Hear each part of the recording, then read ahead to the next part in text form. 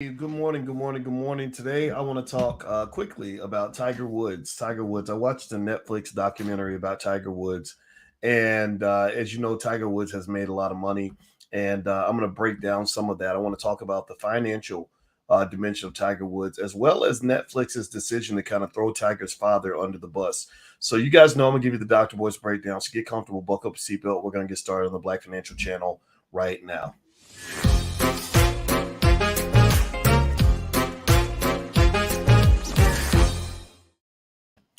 Hey, what's going on, guys? Welcome to the Black Financial Channel. That's theblackfinancialchannel.com. My name is Dr. Boyce Watkins. I'm your friendly neighborhood finance professor.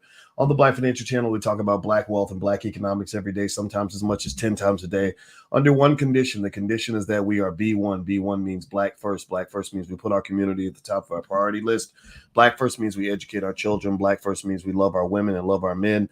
Black first also means we build our community. We believe in black excellence. If you agree, if you are okay with black excellence, if that doesn't bother you, they put a hashtag B and the number one in the chat. Hashtag B1. Intelligent black people are taking over, in case you didn't get the memo. So let me ask you all a question real quick. Give me a yes or no. How many of you, thank you, Chris, coming up. I see your comment. I appreciate that. How many of you have happened to have seen the Tiger Woods documentary on Netflix? There's a documentary about Tiger Woods. I don't know what it's called. I assume it's called Tiger Woods or something. And it's on Netflix. Give me a yes or no if you've seen it, heard about it, thought about watching it. What do you think? I mean, has anybody seen it but me, or what do you all think about that? Okay, so I'm looking to see if anybody else has seen it. Okay, it looks like a couple of you have. Okay, good. All right, so here's the deal. All right, so what I want to talk about with Tiger Woods and this Netflix documentary is an interesting angle on family and black men. And you guys know this is the Black Financial Channel. And so I always make sure we tie in the economic angle. And that's very easy for me to do. My doctorate's in economics or finance, actually. So I can specifically tell you exactly where this impacts, what the financial angles on this story are. But also there's a deeper angle that is economic, but it's deep. It's bigger than economics. And it has to do with the black family and what happened to the black family. As I mentioned to you guys before, the multi-trillion-dollar wealth loss of the black community of the last 40, 50 years. The trillions of dollars in wealth that you've lost in the last 40, 50 years, largely, a lot of it has come from the destruction of your families. You guys know in the Dr. Boyce Book Club, we meet every Wednesday night at 8:30 p.m. Eastern. You can go to boycewatkins.com if you'd like to join. You can join the live book club meetings for free. We meet tonight at 8:30. One of the things that I was reading to you guys about was I was reading to you 85 laws that were created to basically control black people. These are laws that you'll never learn about in school. These are laws that they passed years ago. These are laws that were designed specifically to make sure that they were able to exploit you and to keep you powerless and subservient. So one of the things about the laws was that there was specifically laws designed to make sure black people did not work together. There were laws designed to make sure that families didn't form any sort of power base. And a lot of this is linked to what has also occurred with the vilification of the black male. White media will typically almost never, ever, ever portray a black man in a positive light unless he fits specific categories. The categories he must fit into are he must be some sort of athlete or entertainer, or if he is a comedian, or if he is a gangster rapper thug that's fulfilling every racial stereotype that they have, or if he's ignorant. Ignorance will get you a long way in white society if you are a black man. If you are intelligent and serious and looking them in the eye and demanding things for your community, that's not going to fly. They're going to get mad at you. So with that said, though, I saw this documentary and it made me think about that. Now, let me just tell you about Tiger. First off and foremost, I am not an apologist for Tiger Woods. I'm not here to tell you that Tiger Woods is a wonderful guy. I'm not here to tell you that Tiger Woods is just this perfect human being. I'm not here to tell you that oh, there you go, or if he's gay. There you go. Thank you, Sister Shay. I forgot about that. Lil Nas X will always have more money than me because Lil Nas X, by presenting himself in a feminine capacity, is pretty much a non-threat to white supremacy. So that pretty much gets him in the door, and that's fine. It's life, right? Now, so here's the thing. So here's the thing with Tiger Woods. I'm not here to tell you I think Tiger's great or perfect as a person. He's not. This man has made a lot of mistakes. He has made a lot of choices I wouldn't make. He's just marrying those blondes alone is something that you would never see me really sign up for. I'm not making fun of it, but it's just not my style. And then I was real disappointed with the involvement of drugs and alcohol and things like that, and then that stuff that happened with his wife. Sleeping with all those porn stars. I mean, that's just flat out dangerous. If you want, you don't sleep with porn stars without protection, unless if you want to live. Like, that's just kind of a weird way to live your life. But here's the deal. What I noticed in the documentary, and I want to connect it to a broader trend of the Black family and the destruction of Black wealth through the annihilation of the Black family, is the way they talked about Tiger Woods' father. Now, they talked about Tiger Woods' father in an interesting way. Now, if you don't know anything about Tiger Woods' father, Earl was a former Green Beret who did 2 tours in Vietnam. He was a very tough, mentally tough man. Earl had a very unconventional set of methods to train Tiger to be the best golfer in the world. He had a plan. He had a big plan to make sure Tiger Woods dominated those white boys, which he did. Tiger Woods would go out. If you're not old enough to remember, Tiger Woods would go out and it would be Tiger against 149 white dudes. And almost every single time, Tiger would destroy the field. Like, Tiger annihilated them. He would beat them by unbelievable margins. He was breaking records that were 250 years old. He was doing things that they didn't think a human being could do in the modern era. I mean, Tiger was a beast. He was a tiger. And a lot of that came from his father. And his father saw the vision very early. His father was a great visionary. His father, at the age of 12, 13, his father would say, hey, my son's going to change the world. And so that puts him in the category of other great Black fathers who have also guided their children to extraordinary outcomes. Top of the list would be Richard Williams. Richard Williams used to say that Venus and Serena were going to be the greatest tennis players on earth, and they became the greatest tennis players on earth. Some other great father visionaries that were out there that have kind of a mixed legacy might be like a Joe Jackson. Joe Jackson lived in a little tiny matchbox house in Gary, Indiana. He had a plan for his children. He had them practicing and working hard. He had to work hard to keep them out the street. He had to be a strict disciplinarian to make sure his kids didn't end up dead or in prison. And he succeeded at that. So I could keep going down the list of a few other examples, but I won't. I just want to make that broader point.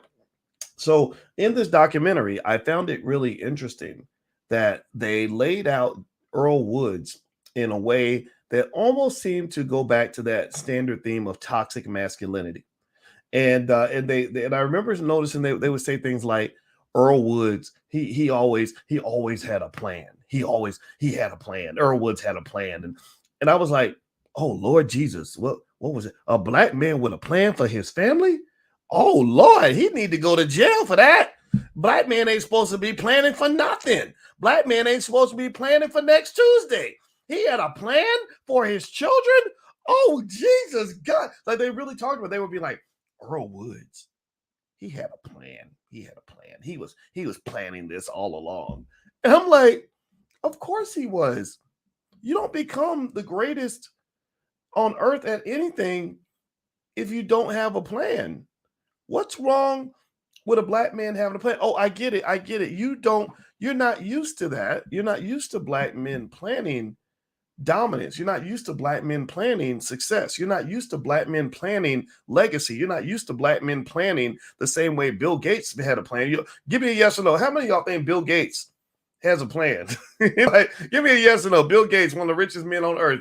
How many of y'all believe Bill Gates has a plan? Still gonna always have a plan. Been having a plan. Been playing. He planned the plan. Give me a yes or no. How many of y'all believe Elon Musk has a plan? He's the richest man on earth. How many of y'all believe Elon Musk got a plan? It had a plan that allowed him to become the richest man on the planet. Give me a yes. How many of y'all believe Jeff Bezos has always had a plan? How many of y'all believe Jeff Bezos still has other plans on top of the plans that he already planned out and executed? Right. So where I'm really trying to get you, I want y'all to really see this subtle point. And this goes back to the vilification of the Black father to push him out of the Black family, because to hold up this heroic image of the single mother doing it all by herself, because the men are garbage and the men are sitting around drinking liquor and smoking weed or doing whatever the hell they do, right? And being gay or whatever they think Black men are doing, right? This is important, because what happens is that when they vilify your men and they present black men with a plan. Oh Lord Jesus, that's worse than beating his woman. That's like he beat his wife. That's as bad as molesting your kids. Is you got a plan, right? When they vilify solid black men who have a plan, what they're doing is they're creating a narrative that says that the black man is better off outside of the home than he is inside the home. I say this, I'm sensitive to this because my father had a plan for us. That's why. And here's the thing. Here's what's interesting. This is the point that they miss, and they're gonna miss it because they're white. White people don't get this. But I can just tell you that a black man must have a plan for his family, because if you don't have a plan, then your children will get caught up in all the nonsense. Your children maybe they would have felt better if Earl Woods had no plan, or maybe he abandoned the family and Tiger grew up and ended up getting shot in the hood. Maybe they would feel better if Earl Woods had no plan and Tiger Woods got a 40-year prison sentence for slanging cocaine. Maybe they would feel better if Earl Woods had no plan and his son ended up out on the streets. Then they could say, oh, these poor babies, these poor black males, their fathers aren't helping them, and that's why they end up in these terrible situations. So white people ain't really going to get this. They don't understand that it's necessary. It's absolutely positively necessary for a black father and parent and mother as well to have a plan for their children, in order for their children to get away from all of the stuff out here that's destroying black kids. My father was just a little bit like Earl Woods, very mentally tough. He wasn't a Green Beret, but he did serve in the military. Shout out to all the veterans in here. I have so much respect for you. And my father always had a plan for us. And the big part of that plan was, I'm going to keep my kids away from the streets. Do you understand that there were children that I grew up with, that I played with every day, who got prison sentences for slanging dope? Do you know that there were children I played with every day who are not on this earth anymore, who are dead, who died at an early age? My best friend got shot in the head in front of his daughter. Do you know that there were friends I played with every day who are so cracked out that they don't know what day of the week it is right now? And this wasn't just a couple. This wasn't one or two. This was the majority. The majority. So in the middle of all this, my father and mother raised 3 children, one of whom is me. I'm the college professor. My sister is the medical doctor, and my brother is an entrepreneur who went to an Ivy League school. How do you raise 3 children like that in a chaotic environment where everybody's failing all around you? Everybody's failing, but somehow you were able to rise up out of the storm. I mean, was it just because they prayed to Jesus every day? Was it because white folks came along and created an opportunity for us? No, it was because he had a plan. It was a plan. This did not happen by accident. This was not luck. This was not some divine blessing from God that saved us from the storm. I'm not making fun of you if you're religious, but that's no. God rewards those who do the damn work. He rewards you more if you do the work. People who do the work and make a plan tend to be the lucky ones. They're the ones who get lucky. Right? So a lot of y'all are lucky, and a lot of you have friends and relatives that think you were lucky, but really it's because you had a plan. Your plan was, I'm gonna make sure I get lucky by making sure I prepare in advance. And I talk to my 11-year-old every morning, and I say, what are the 3 P's of success? She says, preparation, practice, and persistence. And she recites that like the back of her hand, because I want her to have this in the back of her subconscious, so that when she hits the storm and life, it gets hard on her and the world is on her shoulders, she can go back to the basic 3 P's of success and prepare herself to be successful. Because I got a plan. I talk about my 11-year-old like she's going to be the greatest thing on this earth. I talk about it like that in front of her. I will tell her, people in front of her, how great she's going to be. I do Earl Woods every day with my little girl because I got a plan. So what they did in this documentary that was really fascinating to me, and Netflix should be kind of ashamed of this. You can tell the documentary is not authorized. Tiger's not in it. The person that they're leaning on for most of their references for Tiger's life is some random guy that they refer to as a family friend. Well, when you're famous like that, you got 1 million family friends. Like I got there's probably like literally 1,000 people that you can find in my life who you could label as a family friend. who maybe met me or knew me for a couple of years, who can sit down and make money in an opportunistic fashion by claiming that they understand the life of Boyce Watkins. But guess what? I don't got that many close friends. I don't have that many people in my circle that I really talk to. So and Tiger's kind of the same way. So this documentary was a little bit bogus to begin with, but I could not help but notice how they were portraying Earl Woods and vilifying the fact that he had a plan for his son. They were like, well, Tiger was his creation. He wanted to control everything. He blah blah blah. Well, let me just explain this to you. Another so-called allegedly toxic black man who had a plan for his children was Joe Jackson. Joe Jackson always had a plan. He always had his kids practicing extra hard, had them getting ready to be the best in the world. And a lot of people vilified Joe Jackson as well, the same way they vilified Earl Woods. It's a pattern, it's a theme. They did the same thing to Richard Williams. They vilified him. Well, you got to understand the common factor that not Earl Woods, but Joe Jackson and Richard Williams were dealing with is that their children were growing up in the hood. Their children were in the hood. Venus and Serena were right in the middle of South Central. Do you know how many ways they could have died on a daily basis? Do you know how many situations they could have got caught up in? Were they swinging from the stripper pole or hooking for somebody or banging out on somebody? Like, do you understand what it was like to raise black daughters in the 1980s in South Central? My Lord Jesus. Like, it's a freaking hellhole. And you must have a plan to get your children out of that.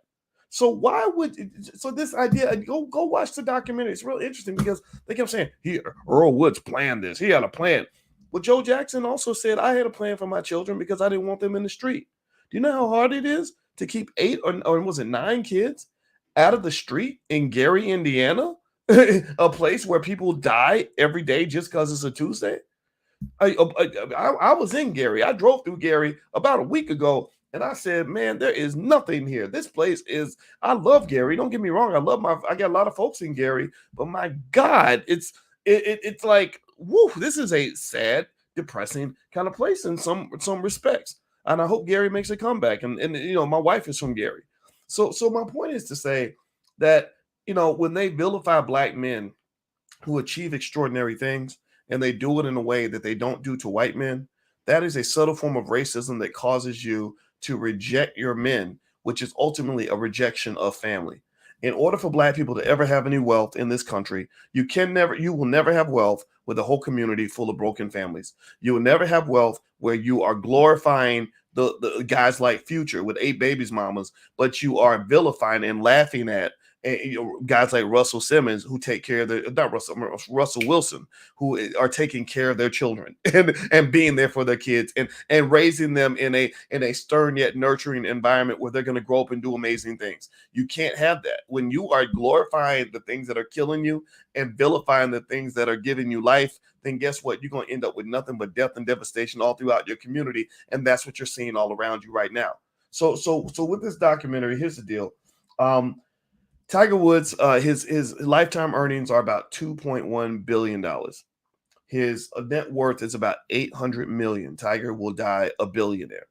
None of this would have been possible without his father being present and pushing him to the highest levels. Now, is there a high price Tiger has paid for that? Absolutely.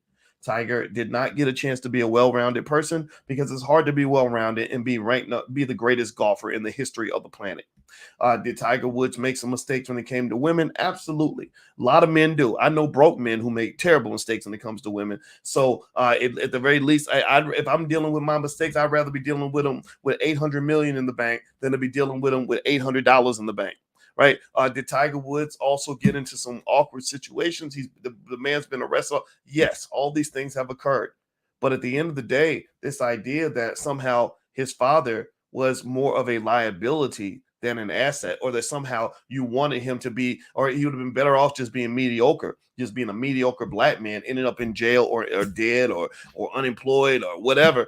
That is an interesting take on things, and it's something that I want you to be very sensitive to and pay attention to. It doesn't mean that you have to sit around and hope that white people start telling the story differently. They're not ever gonna, they're really not gonna, not in the next 100 years, they're not gonna tell that story differently. The black man, especially when he presents himself as intelligent and strategic and strong, is almost never going to be seen in a favorable light.